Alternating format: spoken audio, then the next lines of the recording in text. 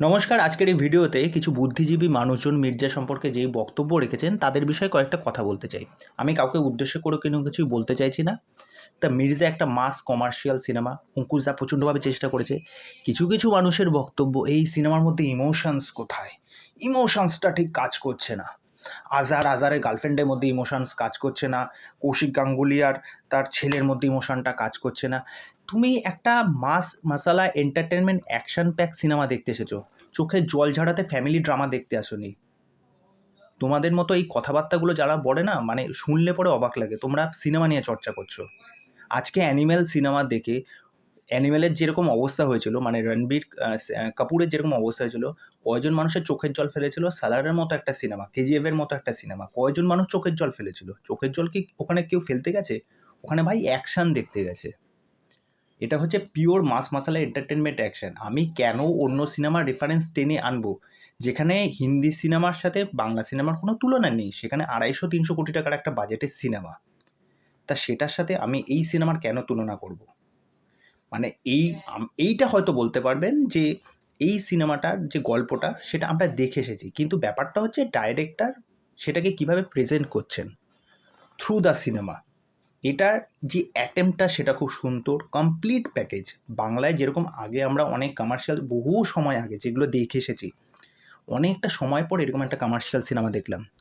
এবার অনেকে বক্তব্যও রাখছে জিদ্দার মানুষের সাথে। কেন ভাই? তার সাথে এখানে অঙ্কুশদার এই বিষয়টাকে তুলনা কেন করে আনছেন? কেন কন্ট্রোভার্সি টানছেন? এই বিষয়গুলো আপনাদের এইগুলো বোঝবার উচিত আছে।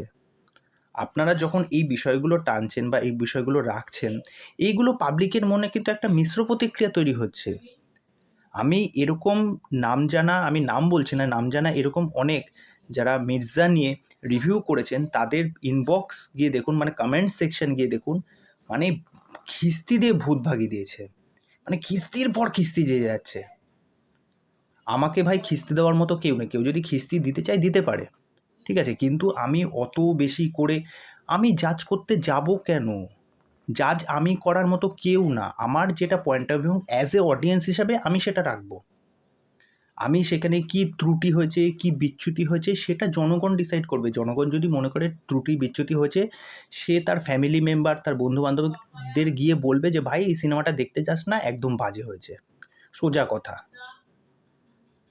এই যে আপনারা ভিডিও করে জিনিসটা বলছেন, তারপরে আপনাদের কি আবার ইন্টারভিউতে ডাকা হয়, আপনাদের কি প্রিমিয়ারে ডাকা হয়, ঠিক আছে? তো অনেকে তো বলছে খাল কেটে কুমির আনছেন।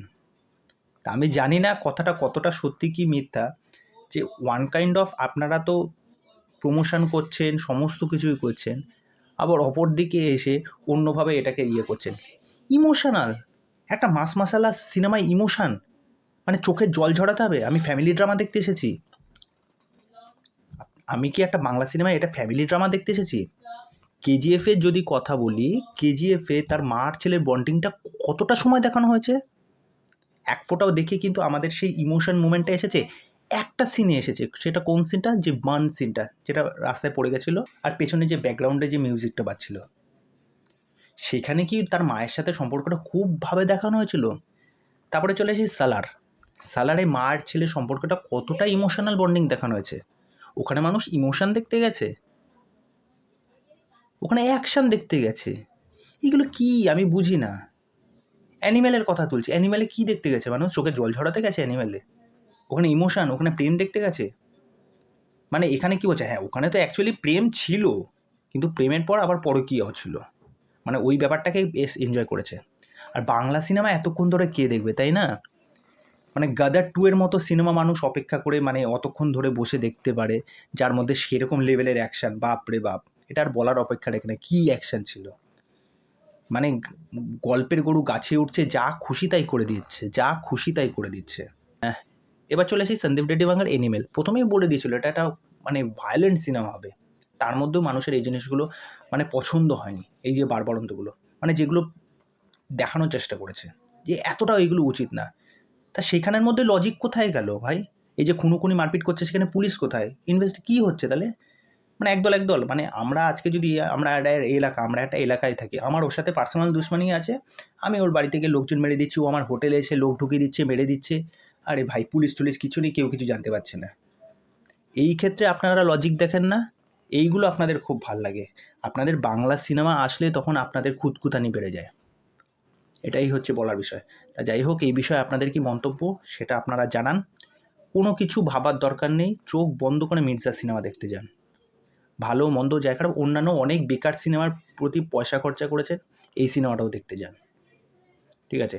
এখন মানে কি বলবো, মানে সারাদিনে আপনারা যারা স্মোক করেন, চা খান, সারাদিনে এইসব করেও তো মোটামুটি 50-100 টাকা খরচা করেই ফেলেন, এদিক ওদিক যাতায়াত করে তো করেই ফেলেন। তারা টুক করে গিয়ে একটা সিনেমা দেখে আসতে কী হয়েছে আপনাদের? বিষয়টা হচ্ছে এই জায়গাতে। চলুন, আমার বক্তব্য বিষয় যেটুকুনি ছিল, আরও বলার ছিল, আমি আর বেশি বাড়ালাম না। মানে আর কিছু কিছু কমেন্ট সেকশানে গিয়ে আমি রীতিমতো তাদের সাথে আমি ঝগড়াও করেছি, ঠিক আছে? যাই হোক, তা চলো আজকে এখানে শেষ করছি, পরবর্তী ভিডিওতে আবার দেখা হচ্ছে। আর চ্যানেলে এসে আমার চ্যানেলটাকে সাবস্ক্রাইব করে দিয়ে এইভাবে আমার সাথে থাকো, পাশে থাকো। নমস্কার।